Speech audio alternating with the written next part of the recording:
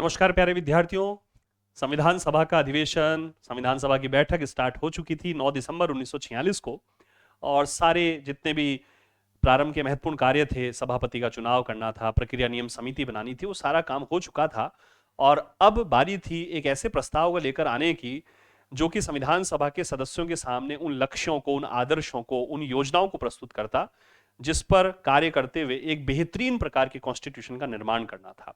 तो ये जो प्रस्ताव था, जिसे हम उद्देश्य प्रस्ताव कहते हैं, ऑब्जेक्टिव रिजोल्यूशन कहा जाता है, लक्ष्य संबंधी प्रस्ताव कह देते हैं। वैसे रिजोल्यूशन का शाब्दिक अर्थ चूंकि संकल्प होता है, इसलिए यहाँ जो थंबनेल बनवाया है उसमें मैंने उद्देश्य प्रस्ताव और ये स्लैश करके संकल्प भी शब्द लिखा है। ठीक है।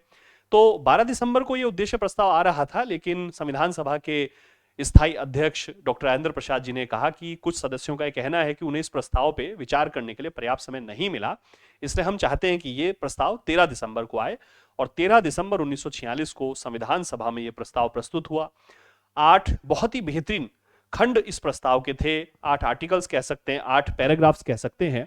और उसमें जो बातें की गई थी उन बातों पर बहुत सारी चर्चा हुई। संविधान सभा के दूसरे अधिवेशन में यह प्रस्ताव स्वीकृत हुआ और कालांतर में इस प्रस्ताव के अंतर्गत जो बातें दी गई थी उनसे प्रेरणा प्राप्त करते हुए संविधान के बहुत सारे प्रावधानों की रचना हुई। और साथ ही प्रस्तावना जो कि संविधान का दर्शन है, संविधान की उद्देशिका कहते हैं, संविधान का प्रकाश स्तंभ जिसे कहा जाता है, संविधान का सार जिसको कहते हैं, संविधान की कुंजी जिसको कहा जाता है, संविधान की आत्मा जिसको कहा जाता है, वो प्रस्तावना भी इस उद्देश्य प्रस्ताव के आधार पर ही निर्मित हुई और संविधान सभा के 10वें अधिवेशन में दूसरे वाचन में 17 अक्टूबर 1949 को स्वीकृत हुई। तो ऐसा बेहतरीन उद्देश्य प्रस्ताव जो 13 दिसंबर 1946 को जवाहरलाल नेहरू जी के द्वारा प्रस्तुत किया गया था, तो उस पर हम फटाफट से एक जानकारी ले लेते हैं कि ये जो 8 खंड थे इनमें क्या क्या बातें थी। और ये तय मानिए कि विभिन्न जो एग्जामिनेशंस होते हैं उसमें उद्देश्य प्रस्ताव पर अक्सर क्वेश्चन पूछे जाते हैं। तो एक बहुत ही संक्षेप में शानदार जानकारी शुरू कर लेते हैं। हाँ, देखिए, उद्देश्य प्रस्ताव में हमें जो बेसिक चीज याद रखनी है, इसमें क्या क्या बेसिक वर्ड्स का समावेशन किया गया है वो हम देख लेते हैं। तो यहाँ मैंने इंग्लिश और हिंदी दोनों में ये लिखा है। तो उद्देश्य प्रस्ताव जो है उसमें स्वतंत्र, प्रभुत्व संपन्न और गणतंत्र की बात की गई। हालांकि यहाँ हिंदी में कई बार गणतंत्र की जगह जो शब्द आपको मिलेगा वो पेपर में जनतंत्र शब्द मिल जाता है, लेकिन इंग्लिश में जो शब्द यूज किया गया था वो उपयोग किया गया इंडिपेंडेंट, सॉवरिन और रिपब्लिक। और खुद जवाहरलाल नेहरू जी ने इस मंतव्य को स्पष्ट किया। उन्होंने कहा कि बहुत सारे जो संविधान सभा के सदस्य हैं उनका कहना है कि हमने यहाँ डेमोक्रेटिक शब्द का, लोकतांत्रिक शब्द का उपयोग क्यों नहीं किया। तो मेरा ये मानना है, नेहरू जी ऐसा कहते हैं कि मेरा ये मानना है कि जो रिपब्लिक शब्द है, जो गणराज्य शब्द है, उसमें डेमोक्रेसी के सारे जो सार हैं, उसका जो एसेंस है वो शामिल हो जाता है। और प्यारे विद्यार्थियों, हम देखते हैं कालांतर में जब हमारी प्रस्तावना स्वीकृत होती है उसमें डेमोक्रेटिक और रिपब्लिक दोनों ही शब्दों का समावेशन होता है। लोकतांत्रिक गणराज्य शब्द वहां हमको दिखाई देता है। ठीक है, तो ये तो एक प्रारंभिक जानकारी है।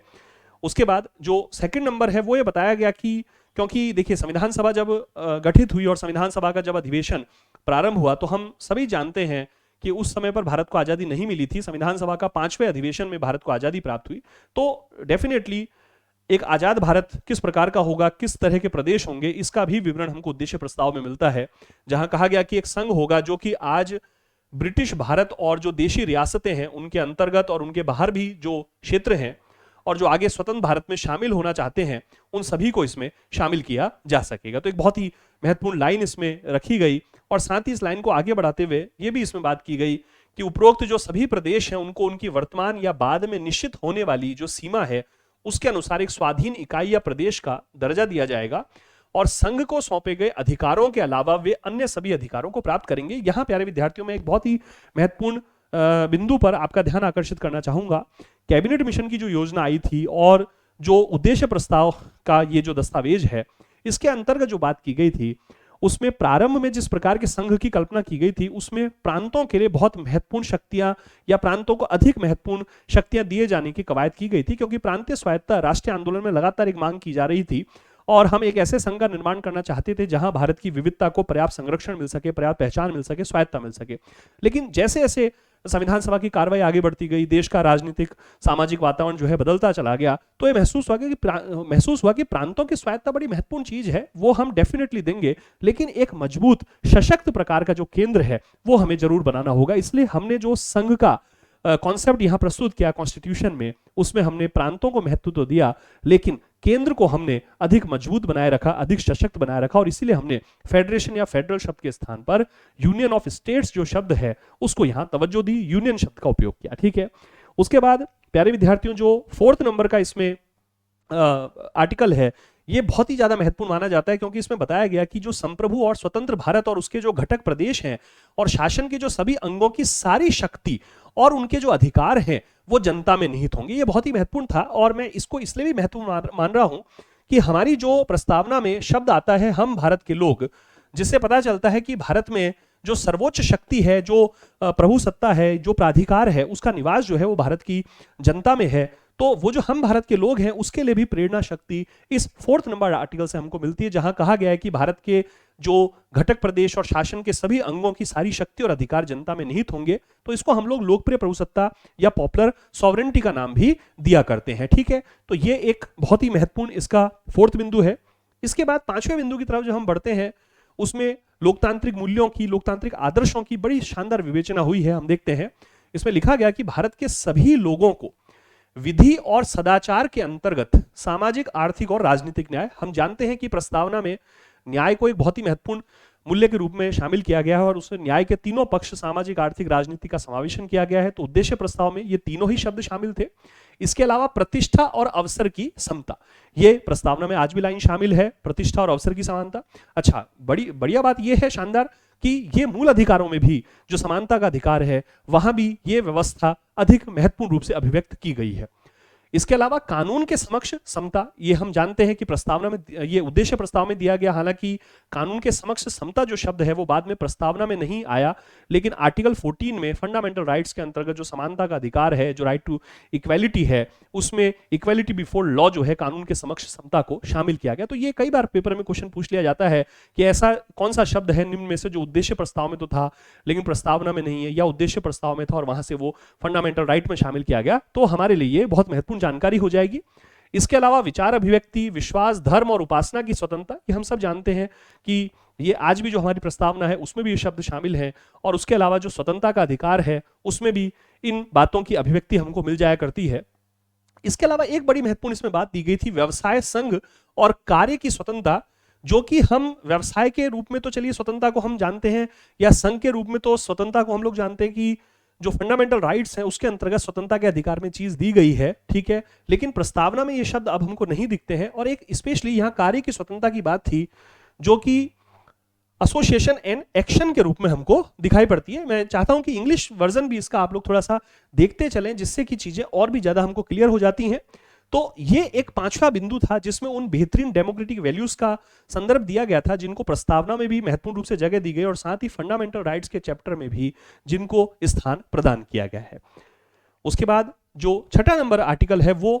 बेसिकली सामाजिक न्याय की दृष्टि से, लोक कल्याण का राज्य की दृष्टि से और समाज के सशक्तिकरण की दृष्टि से, एम्पावरमेंट की दृष्टि से बहुत ही महत्वपूर्ण माना जाता है। इसमें कहा गया कि अल्पसंख्यकों को, पिछड़े हुए, जनजातीय क्षेत्र, वंचित और जो अन्य पिछड़े वर्ग हैं उनको पर्याप्त सुरक्षा उपाय दिए जाएंगे। मैं चाहूंगा कि इसका इंग्लिश वर्जन भी हम लोग देखें, जिसमें लिखा गया minorities, backward and tribal areas and depressed and other backward जो क्लासेस इसमें संदर्भ दिया गया, उनके भी उत्थान के उपाय किए जाएंगे। तो हम जानते हैं कि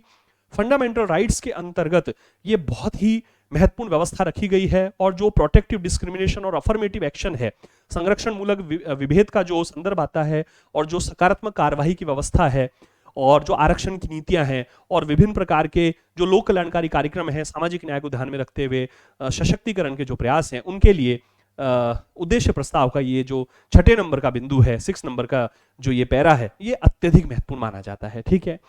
इसके बाद ये जो 7वां बिंदु है, बड़ा ही महत्वपूर्ण बिंदु हम मान सकते हैं इसको भी, कि इस गणराज्य के जो क्षेत्र की अखंडता। ठीक है, हम ये जानते हैं कि अखंडता जो शब्द है प्रस्तावना में 42वें संविधान संशोधन 1976 से शामिल किया गया, लेकिन उद्देश्य प्रस्ताव में मूलभूत रूप से दिया गया था ये शब्द अखंडता, और जल, थल और नभ पर इसके सारे अधिकार न्याय और सभ्य राष्ट्रों के नियमों के अनुसार रक्षित रहेंगे। ये हालांकि लाइन पूरी की पूरी हमारी प्रस्तावना में हमको नहीं मिलती है। कॉन्स्टिट्यूशन में भी अगर आर्टिकल 51 जो डायरेक्टिव प्रिंसिपल में है, जहां अंतर्राष्ट्रीय हमारी जो भारत की विदेश नीति के आदर्शों की बात होती है, वहां से हम इसको डेफिनेटली जोड़ सकते हैं, लेकिन एग्जैक्ट लाइन वहां जरूर नहीं मिलती। फिर भी हमें मान सकते हैं कि हमारी संविधान सभा जिस संविधान का निर्माण कर रही थी, उस संविधान के माध्यम से अंतर्राष्ट्रीय राजनीति के, भारत की विदेश नीति के भी बेसिक सिद्धांतों, बेसिक मूल्यों, आदर्शों, लक्ष्यों को वो गढ़ रही थी, उनकी रचना कर रही थी। तो बहुत ही महत्वपूर्ण ये माना जा सकता है। उसके अलावा जो 8वें नंबर का बिंदु है, जिसमें कहा गया कि ये पुरातन देश, यानी कि जो एक बहुत ही महत्वपूर्ण सभ्यता के रूप में ये देश अपना अस्तित्व बनाए हुए है, तो ये पुरातन देश संसार में अपना योग्य और सम्मानित स्थान प्राप्त करने और संसार की शांति और मानव जाति का संवर्धन करने में अपना योगदान देगा। प्यारे विद्यार्थियों, हम सब जानते हैं, चूंकि राजनीति विज्ञान के विद्यार्थी हैं आप में से अधिकांश विद्यार्थी, या इतिहास के विद्यार्थी हैं, और या फिर जिस भी कॉम्पिटिटिव एग्जामिनेशन की बात आप लोग कर रहे हैं, हम सब जानते हैं कि अंतर्राष्ट्रीय राजनीति में एक सिद्धांत होता है आदर्शवाद, ठीक है, जिसे हम लोग शांतिपूर्ण सहअस्तित्व के रूप में जानते हैं।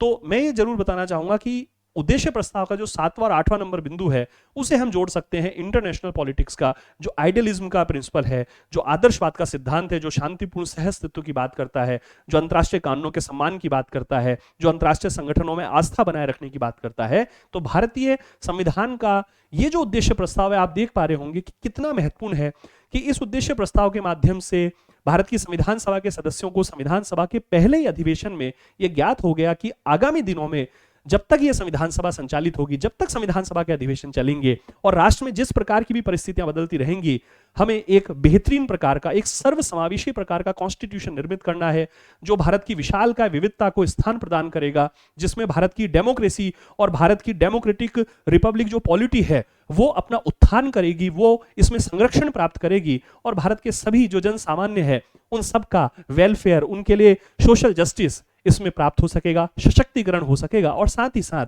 ये जो संविधान है वो अंतर्राष्ट्रीय शांति और सुरक्षा और विश्व समृद्धि में अपना महत्वपूर्ण योगदान प्रदान करते हुए मानव जाति के उत्थान और कल्याण की बात करेगा। ठीक है, तो प्यारे विद्यार्थियों, आज के लिए मैं बस यहीं अपनी बात को फिलहाल विराम दूंगा। और मुझे लगता है कि चूंकि 13 दिसंबर का ये बड़ा ही संविधान सभा के लिहाज से जो उद्देश्य प्रस्ताव का संदर्भ है, और एग्जामिनेशन में आप लोग जानते हैं कि जो भी बात करता हूं अधिकांशतः है उसमें संदर्भ किसी ना किसी एग्जामिनेशन का ही रहता है। तो यहां से यदि क्वेश्चन आता है तो आज इस वीडियो को देखने के बाद अब उद्देश्य प्रस्ताव से रिलेटेड जो भी क्वेश्चन आएंगे, मुझे उम्मीद है कि उन क्वेश्चंस को मैक्सिमम रूप में आप सही कर पाने की स्थिति में होंगे। ठीक है, तो मिलता हूं आप लोगों से जल्दी किसी एक और बहुत ही बेहतरीन टॉपिक, बहुत ही बेहतरीन वीडियो के साथ। स्वास्थ्य का ध्यान रखिए, खूब खुश रहिए, खूब सारी पढ़ाई कीजिए, खूब सारी सफलता अर्जित कीजिए, नौकरी प्राप्त कीजिए। नमस्कार, धन्यवाद।